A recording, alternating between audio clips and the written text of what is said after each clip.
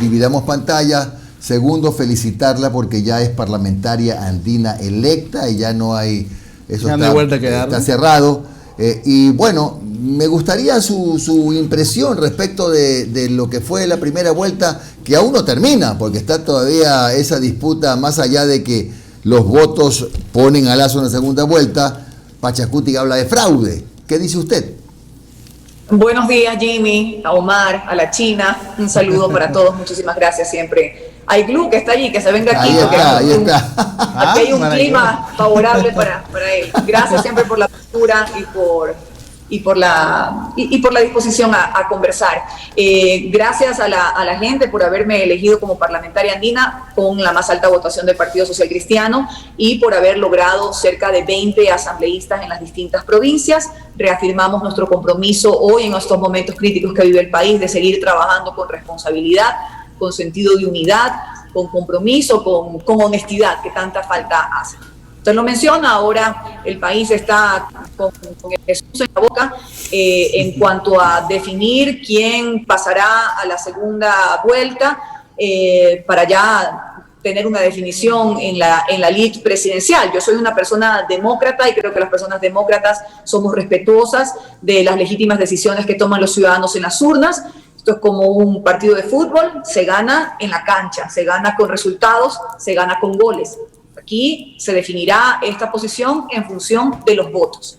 Y en un llamado a la paz y a la unidad, esperemos que se procesen estas diferencias o estas controversias quizá entre los dos candidatos finalistas postulantes a pasar a la segunda vuelta, agotando todas las instancias institucionales, todas las instancias democráticas que permite el Código de la Democracia. Sé que ambas organizaciones políticas, Creo y Pachacuti, cuentan con sus propios veedores, hay veedores internacionales y lo que esperamos ya que en un tiempo prudente pues se diriman estas diferencias y que ya se proclamen los resultados. El país, más allá de finalistas, de ganadores o incluso de quien vaya a ganar la presidencia de la República, requiere una agenda programática de unidad, de recuperación económica, de educación del futuro, de salud hoy en momentos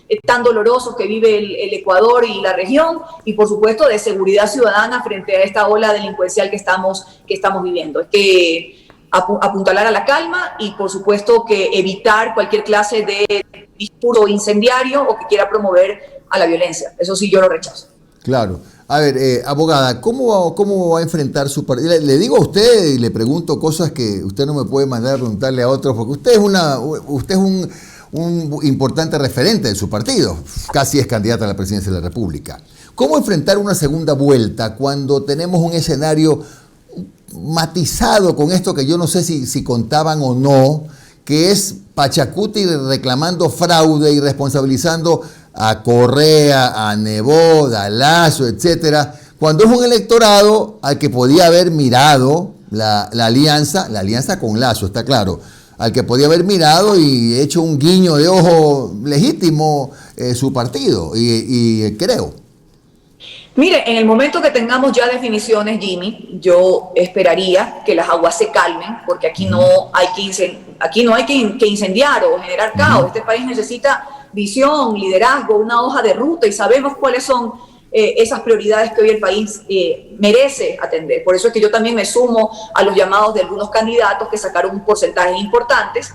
También habrá otros que tendrán que ya pensar en jubilarse, que no llegaron ni al 1%, y que el Código de la Democracia establece que si son reincidentes tendrán que devolver el fondo partidista. Pero bien, de los importantes sectores que lograron captar, en este caso la votación, las preferencias electorales, un llamado a profundizar el diálogo, a la unidad.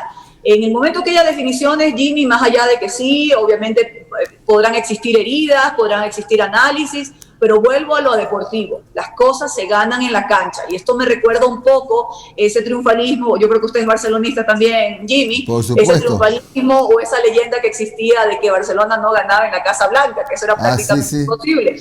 Y ya vimos qué pasó, y eso no pasó por arte de magia, eso fue un resultado de un trabajo, sí, con sufrimiento, sí, con la angustia del caso, pero al final del día fue con goles y definiciones, e incluso en este caso en las instancias de penales. Así que esperemos primero que haya estas definiciones, luego sí, hay que hacer un análisis de cómo ha sido el comportamiento de nuestro electorado, de estas nuevas corrientes, algunas progresistas, de cómo la tecnología influyó en las opciones electorales, cómo hay nuevos mensajes y nuevos requerimientos por parte de la población ecuatoriana que creo que abordan temas importantísimos en cuanto al medio ambiente, en cuanto a la defensa de los derechos de las mujeres, en fin. Hay que analizar el electorado, hay que sin perder la esencia, pues seguir luchando por las cosas que uno cree. Parlamentaria, buenos días. Felicitaciones buenos días, por su nuevo cargo. ¿Cómo ha estado?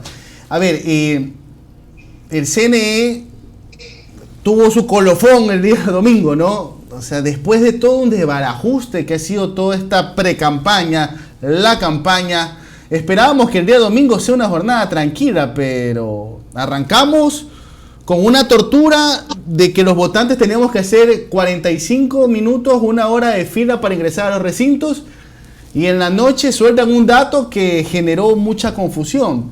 ¿Qué hacer con este CNE? Realmente, sí, ¿qué va a pasar? Hubo en ciertos recintos electorales algún tipo de desorganización. Yo le digo que en mi caso, en la Universidad de Guayaquil, en la Facultad de Arquitectura, yo no me demoré ni 5 minutos en votar. Esas son las diferencias que uno no comprende. Bendita usted. A mí sí me tocó 45 minutos. Y mis papis se demoraron un montón, mis padres también, así como usted.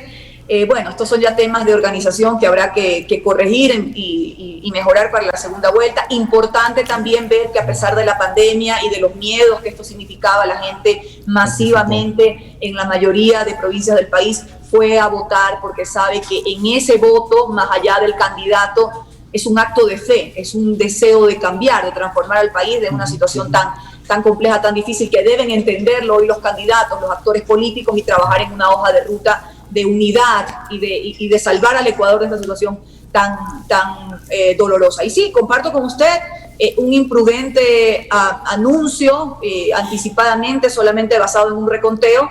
Habría que esperar, sin duda, sobre todo, bueno, en el caso de Andrés Arauz, había un porcentaje absolutamente claro como para definirlo, como para estar en la segunda vuelta. Y mientras que en el otro lado existía esta diferencia tan estrecha que sin duda se va a procesar y se va a aclarar con el reconteo, con la verificación de las actas que estaban con algunas inconsistencias o que tenían alguna situación para aclarar. Abogada, perdone la interrupción, pero es importantísimo para que no se nos escape el tema. Es decir, usted considera, como muchos, que lo que debió hacer ese día del conteo rápido, el anuncio, la presidenta Diana Tamain, fue decir, el segundo lugar no lo podemos anunciar porque hay un empate técnico, en lugar de leer esa diferencia milimétrica que había entre los dos candidatos. Creería que debió hacerlo más prudente. Al final del día es solo un conteo rápido. Hay que ir a los votos, a los resultados oficiales, antes de dar una declaración de este tipo, con la importancia que tiene esta declaración. Y bien, Omar preguntaba qué hacer con el CNE. Yo creo que también soy una ciudadana que aspira a que algún día podamos tener un organismo técnico en el que no existe esta clase de pugnas, que las tuvimos previamente, y recuerde usted que hasta se ponía en riesgo el proceso electoral. Hay varios momentos, porque también analizamos en el pasado cuando el Consejo Electoral le pertenecía a una sola agrupación política, que era la organización política del expresidente Correa. Hoy hay diversas fuerzas allí representadas, pero aún así no hemos podido llegar a esos estándares técnicos que amerita una institución tan importante que lleva adelante un proceso electoral, donde se define el futuro del país. Así que hacia allá debemos avanzar. Por el momento creo que con calma, con serenidad, hay que esperar, y luego sí, saber respetar los resultados cuando se agoten todas las instancias en las que los candidatos pueden reclamar y pueden dirimir sus diferencias. Abogada, una pregunta por fuera de lo electoral. Ayer realmente a mí el CAL tomó una medida que me sorprendió. Decidió devolver la ley económica urgente, el proyecto económico urgente al Ejecutivo, al considerar que no cumplía con los requisitos constitucionales. Y de forma y fondo, creo, si es que mal... No. Solo de forma. Solo de forma, perfecto. ¿Nos podría explicar un poco sobre eso, por favor? Sí, ya debatiremos el fondo, en el que considero sí hay interesantes criterios a debatir, sobre todo de manera técnica con ustedes los economistas, en cuanto a la inclusión de los principios de Basilea, la independencia del Banco Central para que los gobiernos de turno no le metan la mano a los recursos, la reestructuración de los directorios de la Junta Monetaria y Financiera y del Banco Central, que ahora será de un listado de personas que cumplen estrictos requerimientos técnicos. En fin, son temas que discutiremos en su momento en el debate. Pero lo que ha pasado es que el ministro de Finanzas le tiene que alar las orejas a sus asesores, porque han enviado un proyecto que en cuanto a las formalidades deja mucho que desear. Los articulados, que deben estar claros y deben decir qué artículos del Código Orgánico Monetario Financiero reforman, no estaban allí estipulados. Y nosotros podemos deducir a cuáles se refieren, pero no es así, pues. Ellos tienen que presentar un proyecto que viene con carácter económico urgente y que tiene que cumplir con los requisitos que están establecidos, en este caso en la Ley Orgánica de la Función Legislativa. Por eso el CAL, en esta primera instancia de filtro, decidimos devolver el proyecto al Ejecutivo para que se subsanen los errores, le alen las orejas a los asesores y nos envíen un proyecto que cumpla con los requisitos para poder inmediatamente darle el procesamiento. Será probablemente la Comisión de Régimen Tributario, de Económico Tributario, quien pues, debata, procese los informes, y bueno, y ahí empezará ya el tema de los debates, de las opiniones, de las posiciones y demás, discutiendo el fondo del proyecto que le han denominado de fortalecimiento de la dolarización. Pero es un problema de forma. Abogada, pero no hay plazos para eso, ¿no? Podría ser que el lunes ya lo presente nuevamente el Ejecutivo, ¿no? Sí, efectivamente. Lo que hay plazos es para el tratamiento del proyecto una vez presentado y calificado, que son 30 días. Que ahí la Asamblea debe pronunciarse y están estipulados cuándo se presentan los informes, etcétera. Entonces yo creo que si el ministro de Finanzas inmediatamente advierte, la unidad técnica legislativa de hecho envió un informe de cuáles son las inconsistencias, en dónde radican los errores en cuanto a las formalidades y a los requisitos, una vez que subsanen, nos volvemos a reunir el CAL inmediatamente y le damos viabilidad. Asimismo también anunciarles a ustedes y al público que ayer calificamos el juicio político al ministro de Trabajo por incumplimientos a la ley humanitaria, los despidos que ha habido durante la pandemia, sobre todo a nuestros médicos, y por otro lado, hoy, o sea, después que termine esta entrevista, nos reuniremos para calificar el juicio político contra el ministro de Salud por el negligente manejo, el nefasto manejo de la emergencia sanitaria y que no se ha implementado un proceso de vacunación masiva en el Ecuador. Perfecto, gracias, abogada Cristina Reyes, y felicitaciones, parlamentaria andina. Gracias, Jimmy. Buen día. Martina, muchas gracias por la entrevista. Cuídense.